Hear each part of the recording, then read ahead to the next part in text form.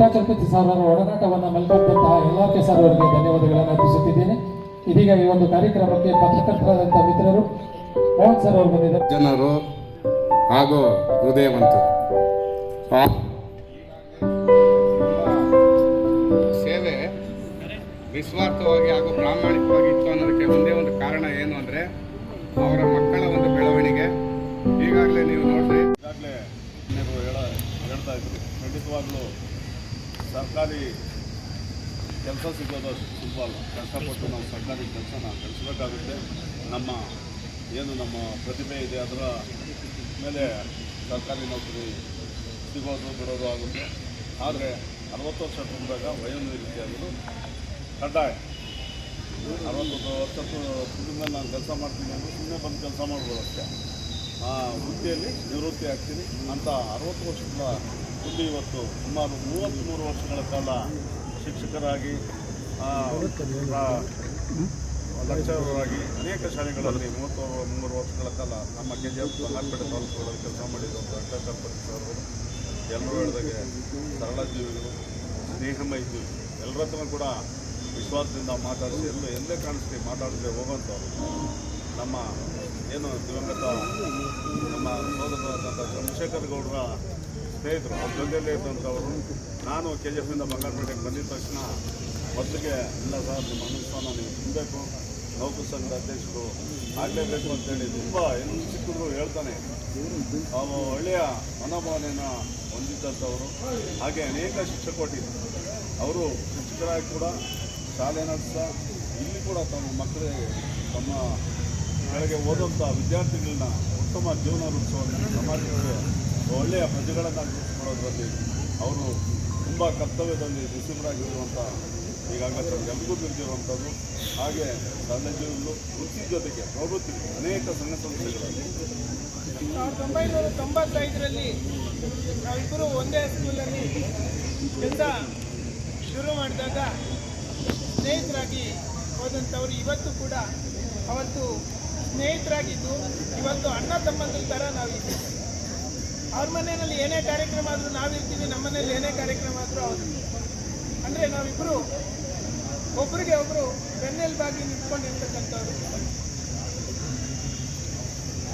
ನಾನು 30 ವರ್ಷದ ಹಿಂದೆ ಯಾವ ವೆಂಕಟಾಚಲಪತಿಯನ್ನು ನೋಡಿದ್ದೀನೋ ಇವತ್ತು ಕೂಡ ಅದೇ ರೀತಿಯಲ್ಲಿದ್ದಾರೆ. ಅವರ ಮುಖದಲ್ಲಿರ್ಬೋದು, ಅಥವಾ ಅವರ ಹಾವಭಾವದಲ್ಲಿರ್ಬೋದು, ಅಥವಾ ಅವರ ಗುಣಗಳಲ್ಲಿ ಯಾವುದೇ ಬದಲಾವಣೆಗಳನ್ನು ನೋಡ್ತಾ ಇದ್ದೀನಿ. ಮತ್ತು ಎರಡನೇ ವಿಷಯ ಏನಪ್ಪ ಅಂದರೆ ಸ್ನೇಹಿತರನ್ನು ಜೊತೆಯಲ್ಲಿ ತಗೊಂಡೋಗೋದು. ಮೊದಲೇ ಹೇಳಿದ್ರು ಸ್ನೇಹಮಯಿ, ಆದರೆ ಒಂದು ಸರ್ತಿ ಫ್ರೆಂಡ್ಶಿಪ್ ಆದಮೇಲೆ ಅವರಿಂದ ಏನಾದರೂ ಹೆಲ್ಪ್ ಆದರೆ ಬಿಟ್ಟು ಮುಂದೆ ಹೋಗ್ತಾ ಇರ್ತಾರೆ. ಆದರೆ ಚಲಪತಿ ಅವರು ಹಾಗಲ್ಲ.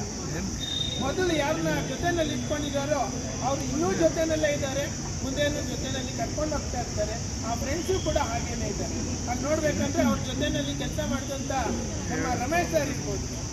ಯಾಕೆಂದ್ರೆ ನಾವು ಅವತ್ತಿಂದನೂ ಹಾಗೆ ಇದೆ. ಅವ್ರ ಜೊತೆ ಫ್ರೆಂಡ್ಶಿಪ್ ಆದಾಗ ಅವ್ರ ಫ್ರೆಂಡ್ಸು ಕೂಡ ನಮ್ಗೆ ಅದೇ ರೀತಿ ಫ್ರೆಂಡ್ಸ್ ಆಗಿದ್ದಾರೆ. ಅಂದರೆ ಅವರ ಒಂದು ಗುಣಗಳು ಆ ರೀತಿ ಇದೆ. ಯಾವುದೇ ಕಷ್ಟ ಇರಲಿ ನಗುತ್ತಾ ಎಲ್ಲವನ್ನು ಸ್ವೀಕಾರ ಮಾಡ್ತಾರೆ.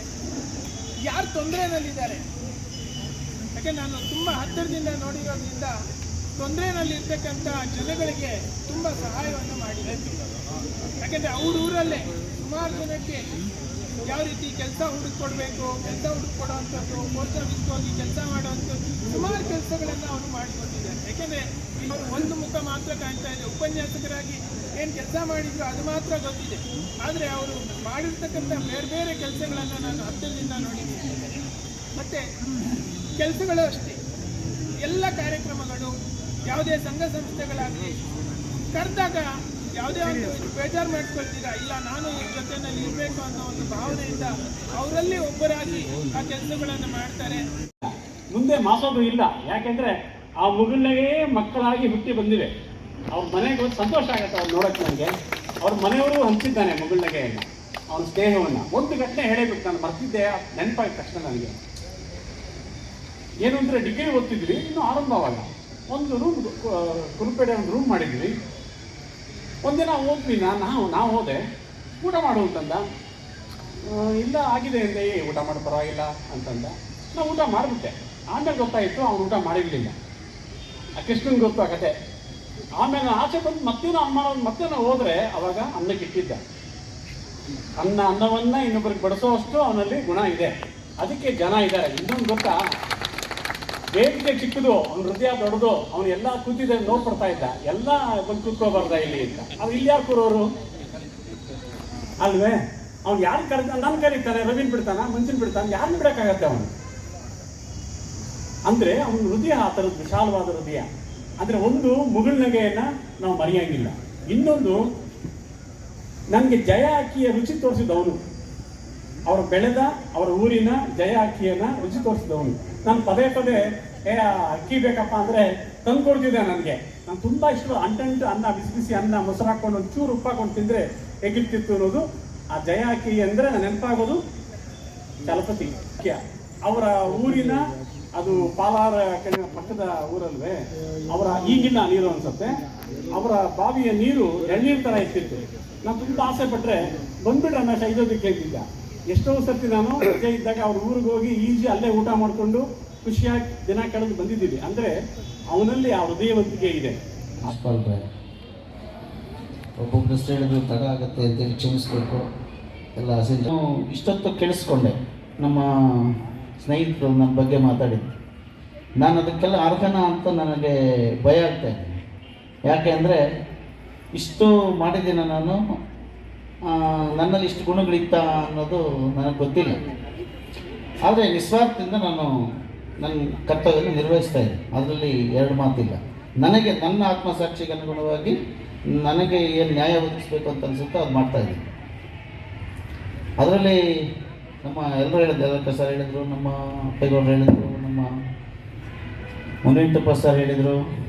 ನಾನು 89ರಲ್ಲಿ B.Ed ಮುಗಿಸಿ 90ರಲ್ಲಿ ನಮ್ಮ ಗೋಪಾಲ್ ರೆಡ್ಡಿ ಸರ್ ಅವರು SBTT ಮಾಡಿದ್ರು ಬೇತ್ಮಂಗಲದಲ್ಲಿ. ಅಲ್ಲಿ ನಾನು ಕಾರ್ಯವನ್ನು ನಿರ್ವಹಿಸಿದ್ದೀನಿ. ಆಗ ಹೇಳ್ತಾ ಇದ್ರು, ಆಗ ಅಪಾಯಿಂಟ್ ಆಗಿ ನಮ್ಮಲ್ಲಿ ಎಲ್ಲಕ್ಕ ಸರ್ ಹೇಳ್ತಾರೆ, ಎಲ್ರಿಗೂ ಅಪಾಯಿಂಟ್ ಆಗಿಬಿಟ್ಟೈತೆ ಆ ಟೈಮಲ್ಲಿ. 94, 95, 93, 94 ಬ್ಯಾಚ್ಗಳಲ್ಲಿ ಎಕ್ಸಾಮ್ ಆದ 2 ತಿಂಗಳಿಗೆ ಅಪಾಯಿಂಟ್ಮೆಂಟ್. ಗೋವಿಂದೇಗೌಡರು ಎಜುಕೇಷನ್ ಮಿನಿಸ್ಟರ್ ಆಗಿದ್ದರು. ಒಂದು 80,000 ಲಕ್ಷದವರೆಗೂ ತಗೊಂಡಿದ್ದರು ಟೀಚರ್ಸನ್ನು. ಸುಮಾರು ಜನ ಅಪಾಯಿಂಟ್ ಆಗಿದ್ದಾರೆ. ಆದರೆ ನಮ್ಮ ಅತ್ತಿಗೆಯವರು ಆಗಿದ್ದಾರೆ. ಈಗ ನಾನು ಆ ಟೈಮಲ್ಲಿ ಕೆಲಸ ಮಾಡಿ, ಆನಂತರ KGF ಅಲ್ಲಿ ಸುಮತಿ ಜೈನ್ ಶಾಲೆಯಲ್ಲಿ ಕೆಲಸ ಮಾಡಿ, ನಂತರ ನಮ್ಮ ನಾಗನ ಸರ್ ಹೇಳ್ಬಿಟ್ಟೋದ್ರ ಅವಲ್ಲಿ ಅರ್ಕಾಲಿಕ ಉಪನ್ಯಾಸದಲ್ಲಿ ಕಾಯಮಾಗಿ ಶ್ರೀನಿವಾಸಪುರದಲ್ಲಿ ಕೆಲಸ ಮಾಡಿ ಬಂದು ಸುಮಾರು 15 ವರ್ಷಗಳ ಕಾಲ ಇಲ್ಲಿ ಸೇವೆಯನ್ನು ಸಲ್ಲಿಸಿ, ನಂತರ ಕಡ್ಡಾಯ ವರ್ಗಾವಣೆಯಿಂದ ನಾವು ದೊಡ್ಡನಾಯಕನಹಳ್ಳಿ ಕಾಲೇಜಿಗೆ ಹೋದೆ. ಅವಾಗ ಕಡ್ಡಾಯ ವರ್ಗಾವಣೆ ಬಂದು ಯಾರ್ಯಾರು ನಗರಗಳಲ್ಲಿ ಕೆಲಸ ಮಾಡ್ತಾ ಇರ್ತಾರೋ ಅವರು ಸಿ ವಲಯಕ್ಕೆ ಹೋಗಬೇಕು ಅಂತ ಒಂದು ಕಾನೂನು ಬಂತು.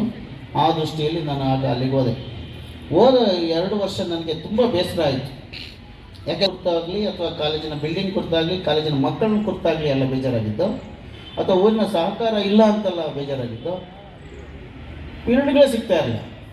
ಮಕ್ಕಳು ತುಂಬ ಕಡಿಮೆ ಇದ್ದು ಸ್ಟ್ರೆಂತು. ಕೂತು ಸಾಕಾಗೋದು. ಬೆಳಿಗ್ಗೆ 9:30 ಹೋದರೆ 3:30ವರೆಗೂ ಒಂದು ಪೀರಿಯಡ್ ಅಥವಾ 2 ಪೀರಿಯಡ್ ಅಷ್ಟೇ ಸಿಗ್ತಾಯಿತ್ತು. ತುಂಬ ಹಿಂಸೆ ಆಗ್ತಾಯಿತ್ತು. ಆವಾಗ ನಾನು ಹೇಳಿ ಡೆಪ್ಯುಟೇಷನ್ ಹಾಕ್ಸ್ಕೊಳ್ತಾ ಇದ್ದೆ ಈ ಕಾಲೇಜಿಗೆ.